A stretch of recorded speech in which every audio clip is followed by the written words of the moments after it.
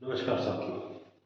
फिर उसी दौर में एक बार फिर मनोविज्ञान की क्लास में आपके साथ मैं आपका होस्ट प्रवीण कुमार जाखड़ आपके लिए एक बार फिर अधिगम के सिद्धांतों पर एक दृष्टि। कल हमने पहला सिद्धांत किया था प्रयत्न एवं भूल का। आज उसी में आगे बढ़ते हुए दूसरे सिद्धांत की तरफ, जो क्या है पावलोव द्वारा किया गया था। किस पे किया गया था? कुत्ते पर किया गया था। उन्होंने भी उसी प्रक्रिया में कुत्ते को क्या किया, भूखा रख दिया और उसको खाना देने लगे। तो कुत्ते की लार जब टपकती थी खाने को देखकर, अपनी भी स्वाभाविक बात है, कुछ मीठा देखकर, कुछ नमकीन शौकीन है, उसको देखकर मुंह में उसके बारे में सोचकर लार टपकने लग जाती है। ठीक ऐसा ही सीन कुछ उनका था। लार टपकती है उसे देखकर, पहले वो लार टपकती थी सीधी खाना देखकर, फिर धीरे धीरे घंटी के साथ उस कुत्ते को खाना दिया जाने लगा। फिर जैसे ही कुछ दिनों के बाद जब बार बार ये प्रतिक्रिया दोहराई गई तो कुत्ता क्या था कि जैसे ही घंटी बजती थी वो अपनी लार टपकाने लग जाता था। मतलब बिना खाना देखे ही वो लार टपकाने लग जाता था। ये उसको क्या करा दिया कि बार बार उसको वो जो प्रयास किया गया, जिससे उसमें स्वाभाविक परिवर्तन आ गया कि वो उसे आवाज़ सुनते ही उसे ऐसा लगा कि घंटी की आवाज़ आ गई। उसे ऐसा प्रतीत होने लगा कि मेरे लिए कुछ ना कुछ खाने को आएगा। तो उसी आधार पर पावलोव ने अपना ये नियम जो पेश किया है, और उसमें हमें देखते हैं कि बच्चों के लिए, शिक्षा के लिए इसमें क्या महत्व है, इसका किस पे प्रयोग किया गया, वो सारी चीजें नोट करो। सिद्धांत का नाम क्या है? अनुकूलित अनुक्रिया द्वारा अधिगम। अनुकूलित अनुक्रिया, बार बार क्रिया कर कर।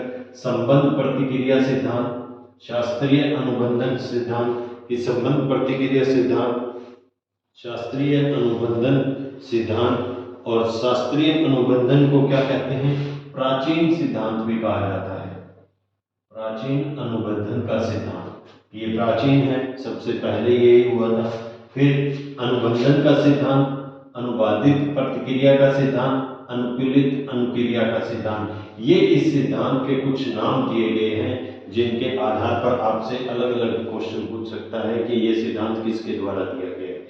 ठीक है। उसके बाद इसके प्रवर्तक कौन थे, बनाने वाले कौन थे? Ivan Petrovich Pavlov.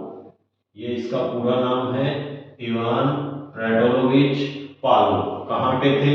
रूस के थे। कहाँ के थे? रूस के थे। प्रयोग किस पर करते हैं? कुत्ते पर करते हैं, और दो उद्दीपक स्थापित करते हैं। एक तो स्वाभाविक, अब अगर पूछ ले पेपर में प्रश्न ये भी आ सकता है कि पावलोव द्वारा किए गए प्रयोग में कितने उद्दीपक थे? तो कितने थे? दो थे। एक तो स्वाभाविक, एक अस्वाभाविक। स्वाभाविक था जैसे खाना उसके आगे रखते हैं तो उसके लार टपकनी, और फिर अस्वाभाविक हो गया घंटी के साथ जब उसको संबंधित कर दिया खाने को, तो फिर जैसे ही घंटी बजती थी, खाना ना हो फिर भी उसके लार टपकती ही थी। फिर आ जाता है इसका शिक्षा में उपयोग। आदत का निर्माण हो जाता है बच्चों में कृत्रिम। अब आदत कैसे? जैसे वो कुत्ते को घंटी की आदत डाल दी कि घंटी बजते ही खाना आएगा, तो उसे जैसे ही घंटी बजती थी वो उसको ऐसा लगने लग गया कि मेरे लिए कुछ ना कुछ खाने को आएगा, तो घंटी के साथ ही लार टपकाने लग गया, तो उसे आदत बन गई। ये कृत्रिम है उद्दीपक। कृत्रिम मतलब बनावटी है, के द्वारा संबंध प्रतिक्रिया की विषय से संबंधित, जो बच्चे को नहीं समझ आ रहा है वो समझाने के लिए एक कृत्रिम मतलब बनावटी कहानी प्रस्तुत करो, जिससे बच्चे को उसके साथ जोड़ो और बच्चा उससे सीख सके। धीरे धीरे आदत बन जाती है, जिससे बच्चा पढ़ने लग जाए और सीखने लग जाए। इससे भाषा विकास होता है। अगर प्रश्न आ जाए कि छोटे बालकों के लिए ये बहुत इंपॉर्टेंट है, कि छोटे बच्चों के लिए काफी इंपॉर्टेंट है, को वस्तुएं दिखाकर शब्दों का ज्ञान करवाना, कि उसे वस्तुएं दिखाकर शब्दों का ज्ञान कराना।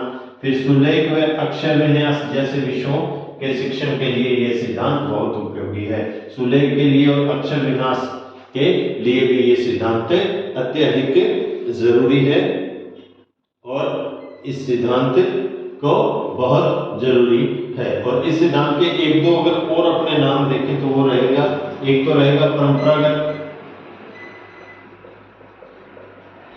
सिद्धांत, अन्य नाम।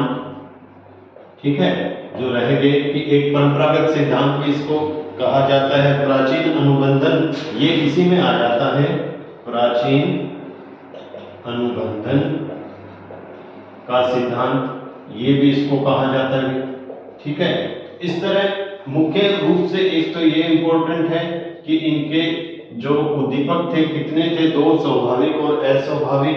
फिर इनका नाम इवान प्रोडोलोविच पाल्मो रूस के थे और ये नाम, और छोटे बच्चों के लिए इनके द्वारा किया गया प्रयोग बहुत उपयोगी है, जो बच्चों को धीरे धीरे शुरुआत में जब सीखता है बच्चा क आ उ ई, उस तरह छोटे अक्षरों का ज्ञान देना, सुलेख द्वारा बच्चे में त्रुटियां जो लिखने में गलतियां करते हैं उनको दूर करना, इस प्रयास से, इस नियम से बहुत जल्दी बच्चा सीख जाता है।